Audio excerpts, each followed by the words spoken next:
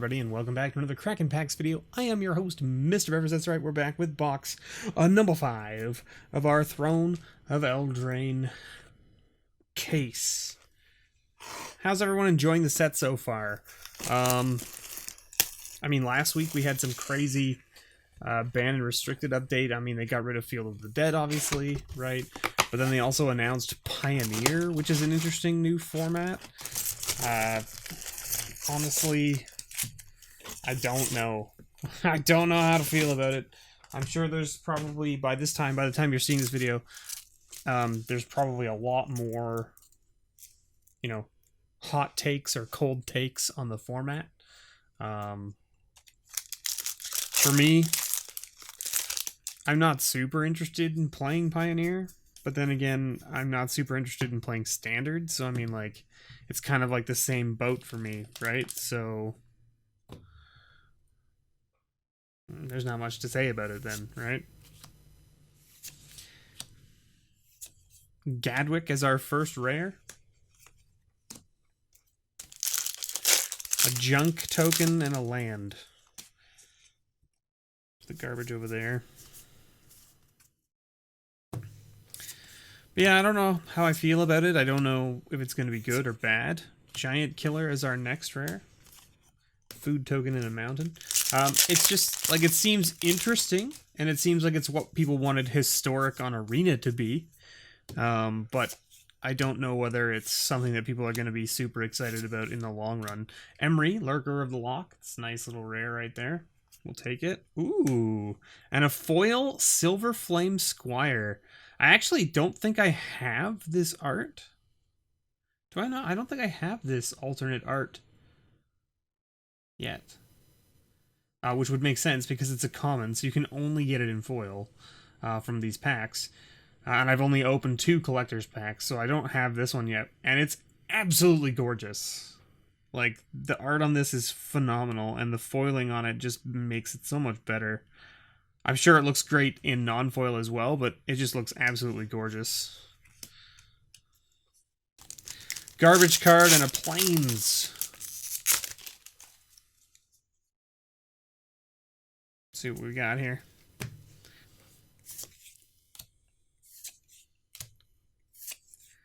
Wishclaw Talisman. There you go, another talisman. People talking to me about this one where you can, like, essentially, like, sack it in response. Like, you put this on a stack and then in response you sack it to something or something along those lines. So you can find ways, creative ways to get around it. We've got a foil island there. We'll put that down there.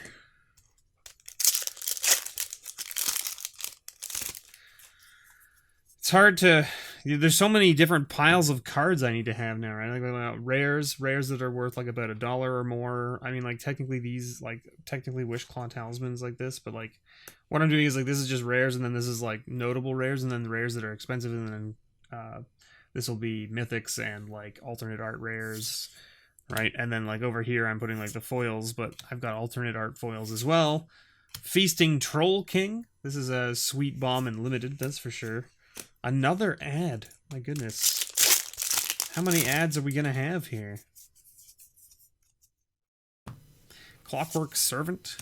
Revenge of Ravens. Oakhame Adversary. And Charming Prince. 'Tis a charming prince. As they would say, 'tis a pleasure to meet you. Hypnotic Sprite. Oakhame Adversary, Thunderous Snapper, and Fae of Wishes. It's a cool card. Really neat. Seeing play in some of the Jeskai decks right now. I think it's actually seeing play in some of the other blue-green, like, flash decks and stuff as well. Even though it doesn't have flash, but it's like, it's just a decent card for, like, blue-green. Lovestruck Beast. And a foil Merchant of the Veil. The pack had a lot of adventure cards, and none of them were storyboarder. Which is kind of funny. The pack had an abundance of adventure cards, and none of them being storyboarder. And Sundering Stroke as our rare there. Ooh, a foil Feasting Troll King. All right, there's our foil rare. We'll put our foil rare with our foil Storyboarder card. So that gives us a foil rare, a foil Storyboarder card, 2 other foils. Our foil count is pretty high so far. Edgewall Innkeeper and Hushbringer. No mythics yet, though. Another junk card. Another junk card, and we're still missing some of the top end, or we're missing all the top end rares at the moment. So there is that too. Oh, we got a Black Lance Paragon, seeing a lot of play in Mardu Knights, and another foil, Crashing Drawbridge. Get out of here, pack. You're in the way of my token pile. So what's everyone's favorite thing about this set so far, or maybe least favorite thing? Let me know below in the comments what you think. What's your favorite thing about it? What's your favorite card from it? I mean, everyone's was hoping that Oko would get banned because his, 3-mana walkers are just good, right? Most of them are just good. We haven't really seen one in a long time that isn't been good, especially in, like, the mythic slot. Worthy Knight. Right? Now, of course, that being said, we've seen lots of 3-mana walkers from War of the Spark that weren't in the mythic slot that were, like, okay. They weren't amazing, but they weren't terrible. Fabled Passage, that's one of the top rares. Nice. Little fetch land there. Fetch for basics. I have I don't know. Maybe I'm wrong in this, but I feel like Fabled Passage is, like, just mediocre. Am I wrong in this? I mean, I guess it's good for things like Commander and those formats where, you're going to have, turn 5, turn 6 drawing this and playing this to get an untapped land is going to be useful to you. I don't know. I'm seeing it played in Standard 2. We got a Castle Garenbrig, which is a nice little one, and a foil Steelgaze Griffin. I mean, like, it's good. I just don't know if I would say that it's, like, good enough to be a rare. Do you know what I mean? Like, it's almost like it's missing something, right? It's not that it should be knocked down to uncommon, because I think that makes it too strong as an uncommon, right? Like, it would be, like, everywhere. Everyone would have it, right? But, like, I don't know. It just seems like it's missing something. Like, maybe it lets you go and get 2 lands instead of 1, and that makes it a rare. And if you control 4 or more, one of those 2 lands enters the battlefield untapped, and the other one stays tapped. Something along those lines. Stonecoil Serpent, and a foil Heraldric Banner. I don't know. Maybe I'm wrong. Maybe I'm just horribly, like, missing the point of why it's in the rare slot. And maybe it's, like, broken in some of the other formats out there other than Standard. Deathless Knight, or maybe it'd be too strong in Standard if it could do that, right? All the glitters. And Castle Embereth. Oh, we got another foil rare, foil Bone Crusher Giant. Seeing a lot of play in the red decks as well right now. Mono Red is playing it because, I mean, it's a 4/3 for 3. But it can also basically shock something, but only for 2. But instant speed still, so not terrible. So, not a bad little card. Storm Fist Crusader. We haven't hit a single mythic yet. We're more than halfway through this box now. It's interesting. Witch's Vengeance. And a foil Beloved Princess. Who thought that we would be sitting here with no mythics by this point in this box? I didn't think so. Shepherd of the Flock in storyboarder art. It's kind of nice. So I'll put it here for now. Archon of the Absolution and Mirror Maid. With another foil Foulmire Knight. Would have been nice to have that in the storyboarder art, but we'll take it anyway. Still a foil uncommon. So thank you. And seeing play in the mono black deck, actually, the Foulmire Knight.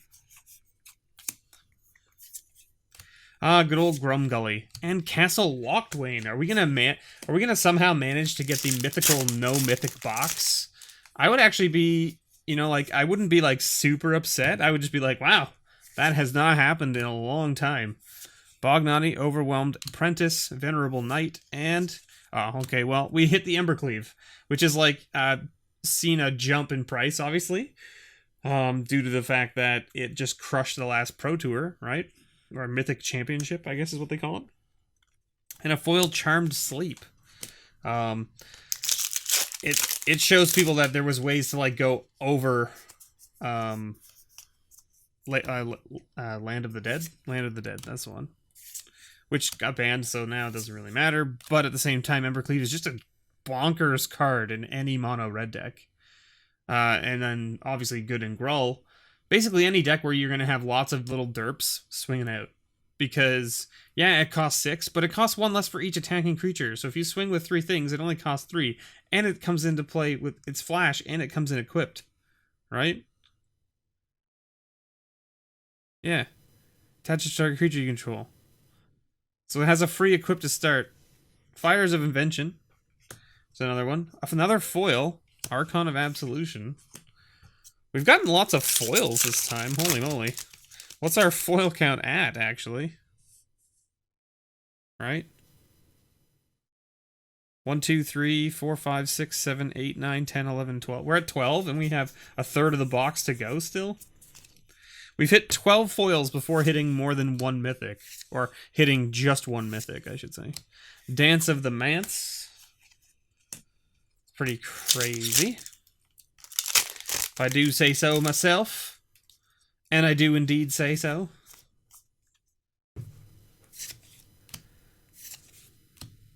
Oh! Fey Burrow Elder. Open. Open, says me. Huh. Huh. Alright, there's our Foulmire Knight. Lock Dragon. Frogify. And... Escape to the Wilds. Alright. This is a very low mythic count box, I have to say. Very interesting. Very interesting. I mean, like, even if it's bad, it's interesting. Ayara. First of Locthwain. Alright, show me at least, if we're not going to get more mythics, show me at least a Once Upon a Time. You know, would be nice. Bone Crusher Giant. It's a good card, it's just not the one I was looking for. It's just not the one I was looking for.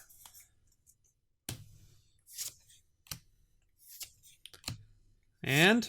Ooh, Brazen Borrower. Alright, we'll take it. I actually am missing that from my collection. I think I only opened 1 copy of it so far, and it was the alternate border type. So, like, I'm happy to see that. Here's another alternate border, Embereth's Shieldbreaker. Into the Story, Sir Conrad the Grim, and Happily Ever After. Alright, the 2 mythic box. Did we get there? 36 packs, 2 mythics.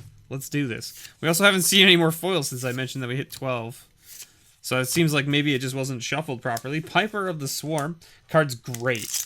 Card is very good in Limited. I'm actually looking at maybe building some sort of like rat deck with the Piper. Where I just play a bunch of other rats. Because it doesn't say it has to be these rats that you sack. It's any rat. So like put in the discard rats. Sure, why not, right? Well, there's a Realm Cloak Giant. So we managed to get up to 3 mythics. And then I can call the deck You Dirty Rat, right? I think that's how that works. Ooh, look at that. There's that Murderous Rider storyboarder art. I'll take it. It's absolutely gorgeous. And a solid card. Just solid card.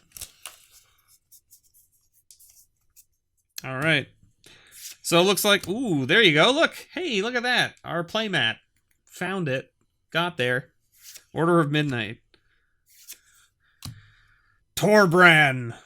Torbran's good. It's a fun one. I think there was a build that I had in a sealed pool where it was like I had Torbran. Was it just last week? I think it was last week. And Iron Crag Pyromancer. All right. 3 mythics is pretty low, but it's much better than 0 mythics. We didn't hit the Once Upon a Time, but we did hit the Fabled Passage, and we did hit the Murderous Rider, even though it's also the storyboarder art Murderous Rider. Opportunistic Dragon as our last rare, and there were no foils in the last third of that box. All of our foils were in the first 2/3, which is kind of funny. We ended up with 12, which is about right, and 2 foil rares, which is seems to be about the average these days for these boxes. So there you go, everybody. Probably not like the best box we've had so far. I would say box number 4 was probably the best box we've had so far. Just because we did hit all of the top rares, and then we hit Oko as well. Which is like, Oko is worth like half a box by himself now. Well, for some... I mean, we all know why, but like, it just seems absurd to me that Oko costs that much money, and he's in Standard. And he's in a set that literally is still on the shelf that you can buy, that they are still printing. Anyway, you know how it goes. Thank you so much, everyone, for watching. I've been your host, MrBevers. If you want to help support the channel, you can do so over on my Patreon at patreon.com/MrBevers. I have a number of tiers that all give some sort of reward of some kind. If you can only kick in $1, that helps. Your name will go in the credits. I would greatly appreciate it. If you can do more than that, you'll get cards, things like that, or discount codes to my store, nerdvanastore.ca. And if you can't support with monetary value, there's lots of other ways to help support the channel, and I would greatly appreciate it if you could. And that's like, share, subscribe, tell your friends, tell your family, share it on Twitter, share it on Facebook, share it on Reddit. I don't care where you share it, just share it wherever you like. And that would greatly help the channel out. So, don't forget to do that as well. I would greatly appreciate it. Thanks so much for watching, and as always, may your pulls ever be better.